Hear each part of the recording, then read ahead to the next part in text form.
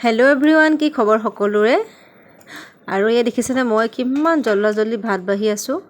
আচলতে আজি আমাৰ ঘৰলৈ ভাত খাবলৈ 4জন অতিথি আমন্ত্ৰণ কৰিছোঁ। অতিথি মানে একেবাৰে ঘৰৰে অতিথি, সেইকাৰণে একেবাৰে ঘৰুৱাভাৱে মই ভাতখিনি বাঢ়ি আছোঁ।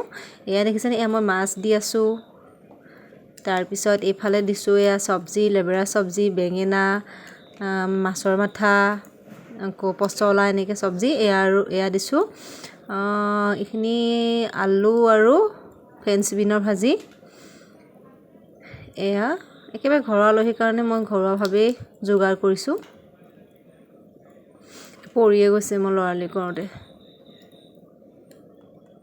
তাৰপিছত এয়া দিছোঁ বিট, গাজৰ, বিলাহী আৰু কবি যে কোমলীয়া অংশটো, সেইখিনি পূৰা পিঁয়াজ জলকীয়া দি চালাড। খুব বেছি ভাল লাগে মোৰ চালাড খাই। চালাড দি আছোঁ।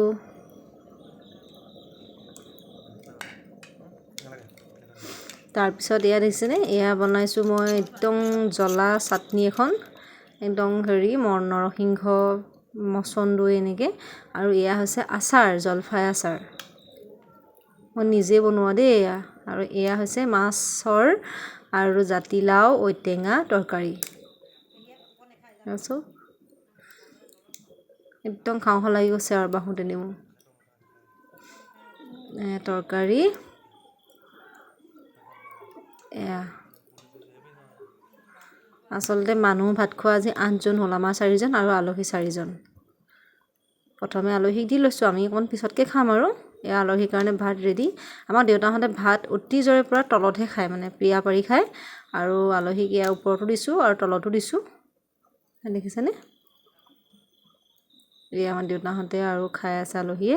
আৰু এইফালে ল'ৰাক আৰু ছোৱালীক ওপৰত দিছোঁ। তো ভিডিঅ'টো চাই কেনেকুৱা পালে জনাব।